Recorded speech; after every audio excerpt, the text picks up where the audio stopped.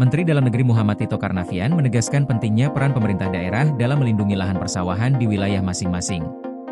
Ia menyampaikan bahwa perlindungan lahan sawah merupakan syarat utama untuk menjaga ketahanan pangan nasional.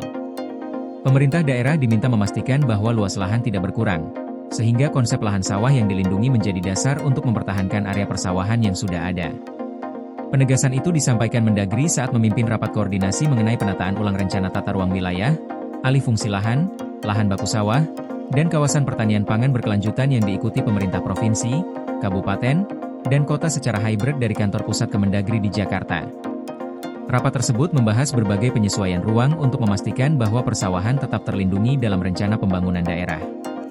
Mendagri menjelaskan bahwa salah satu visi utama Presiden Prabowo Subianto adalah mewujudkan swasembada pangan. Presiden menilai kemerdekaan sebuah negara bukan hanya tentang lepas dari kolonialisme, tetapi juga kemampuan memenuhi kebutuhan pangan rakyat tanpa bergantung pada impor. Karena itu, pemerintah melakukan sejumlah langkah untuk memperkuat produksi pangan, termasuk penguatan lahan, perbaikan irigasi, penyediaan pupuk, serta peningkatan penggunaan alat dan mesin pertanian. Ia memaparkan bahwa penguatan sektor lahan dilakukan melalui dua pendekatan utama, yakni mengoptimalkan lahan pertanian yang sudah ada dan membuka sawah baru di wilayah yang sebelumnya tidak memiliki area persawahan.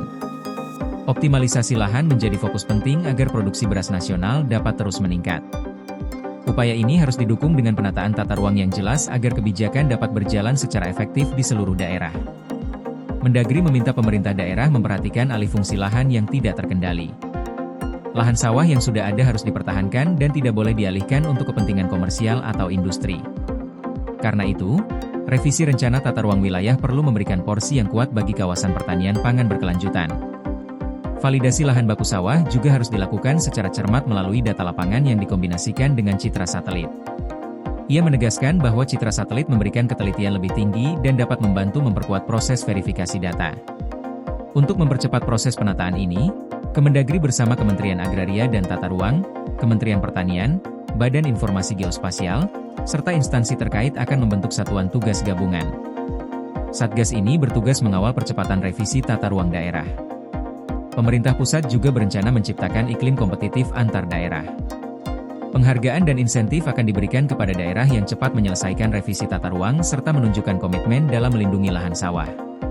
Rapat ini turut dihadiri oleh Menteri Agraria dan Tata Ruang sekaligus Kepala BPN Nusron Wahid, Wakil Menteri Pertanian Sudaryono, Kepala BMKG Teguh Faisal Fathani, Kepala BIKMU Aris Marfai, serta perwakilan BNPB. Koordinasi PLN dengan TNGL jelang Hari Kesaktian Pancasila, listrik terbangun, alam tetap lestari. Panen perdana garam Aceh. PLN hadirkan energi untuk UMKM di momen menyambut Hari Kesaktian Pancasila.